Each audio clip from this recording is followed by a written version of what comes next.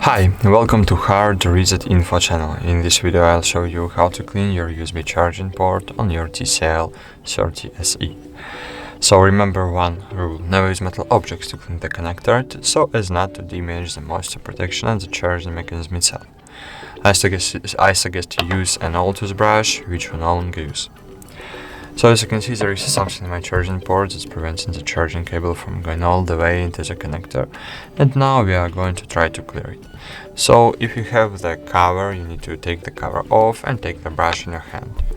Then insert the one part of the brush into the connector and just try to pry the piece of paper out. So that's all. Thank you for watching. Like this video, subscribe to our channel, and see you again. Bye.